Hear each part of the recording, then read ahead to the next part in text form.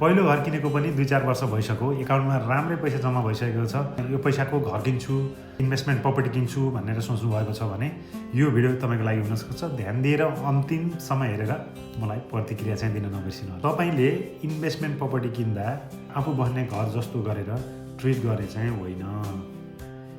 हामी धेरैजनाले यो मिस्टेक चाहिँ गरिरहेको हुन्छौँ। मैले पनि पहिलो दोस्रो इन्भेस्टमेन्ट प्रपर्टी किन्दा यस्तै खालको मिस्टेकहरू गरेको थिएँ। इन्भेस्टमेन्ट प्रपर्टी किन्दा तपाईँ त्यो घरप्रति इमोसनल एट्याच भएर किन्ने भन्दा पनि त्यो प्रपर्टीले तपाईँलाई भाडा कति दिन्छ,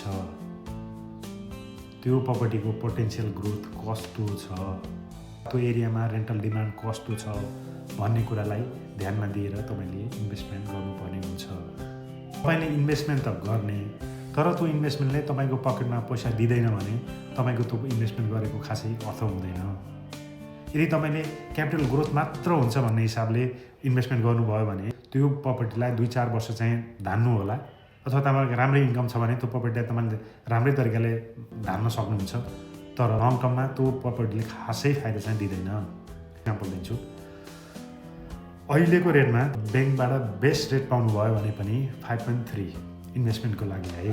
सबहरूको रेन्टल इल्ड चाहिँ अराउन्ड 3.5 to 4.5 अथवा एकदमै बेस्ट हुँदा 5.5सम्म चाहिँ छन् है।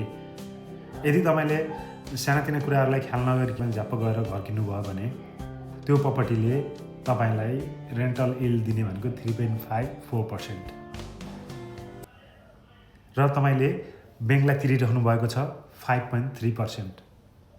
तपाईँको यहाँ ग्याप आइसक्यो। तपाईँले त्यो प्रपर्टीमा पैसा हाल्न चाहिँ तपाईँले किनेको दिनदेखि नै सुरु भयो।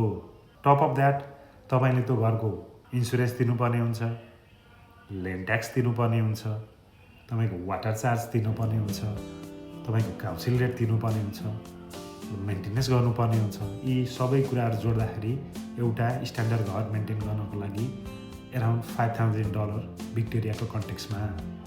यस्ता कुराहरू ख्याल नगरिकन यदि तपाईँले इन्भेस्टमेन्ट गर्नुभयो भने तपाईँको राम्रो इन्भेस्टमेन्ट हुँदैन। इन्भेस्टमेन्ट प्रपर्टी किन्नुभन्दा अगाडि राम्रोसँग ध्यान पुर्याएर रिसर्च गरेर मात्र किन्नु होला। फाइनेन्समा हेल्प अथवा अरू कुनै मेलबर्नमा कुनै सबहरूको बारे केही रिभ्यूहरू चाहिन्छ भने मलाई मेसेज गर्न सक्नुहुन्छ, मलाई कन्ट्याक्ट गर्न सक्नुहुन्छ। Thank you so much.